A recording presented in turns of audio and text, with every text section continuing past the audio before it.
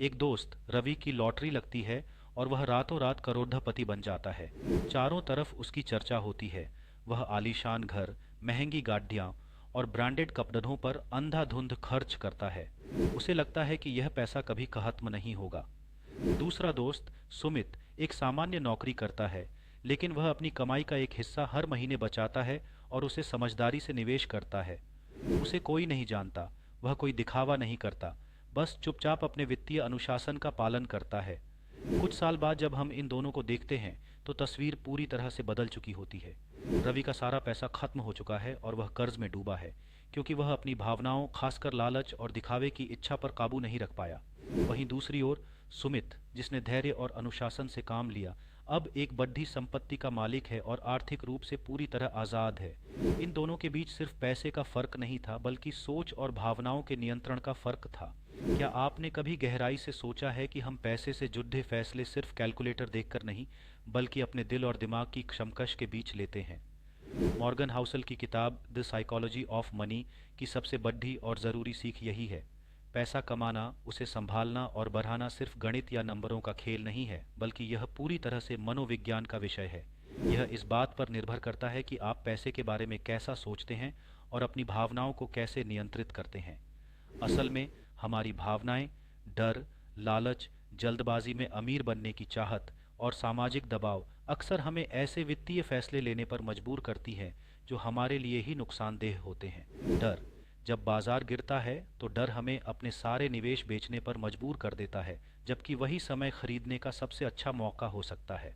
लालच, जब कोई निवेश तेजी से बढ़ रहा होता है तो लालच हमें बिना सोचे समझे उसमें और पैसा लगाने के लिए उकसाता है, जिससे खहेतरा और बढ़ जाता है। जल्दबाजी, हम अक्सर रातों रात अमीर बनने के सपने देखते हैं और ऐसी योजनाओं में पैसा लगा देते हैं जो सिर्फ धोखा होती है। सामाजिक दबाव, हम अपने दोस्तों, पड़ोसियों और रिश्तेदारों को देखकर खर्च करते हैं। अगर उन्होंने बद्धी गादी खरीदी है तो हमें भी खरीदनी है, भले ही हमारी ज़रूरत या जेब इजाज़त न दे। इसे man in the car paradox भी कहते हैं।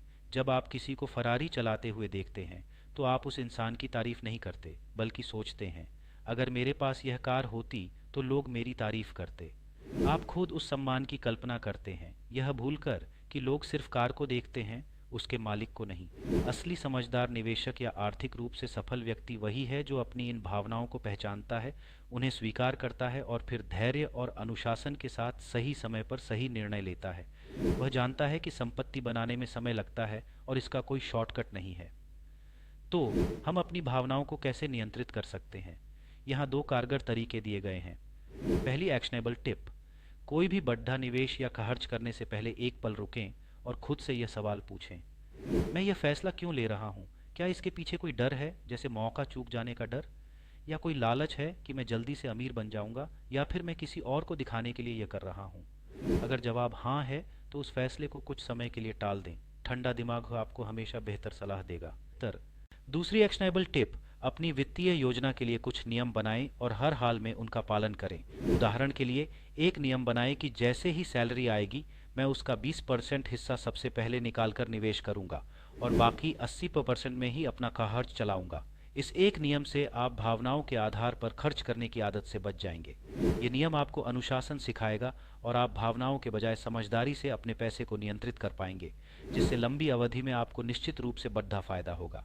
याद रखिए, पैसा सिर्फ एक साधन है, असली लक्ष्य मन की शांति और आर्थिक स्वतंत्रता है, जो सिर्फ अनुशासित व्यवहार से ही हासिल होती है। अगर आपको यह गहरी सीख पसंद आई तो ऐसे ही और छोटे छोटे ज्ञान भरे वीडियो के लिए कॉइन विजडम को सब्सक्राइब करें।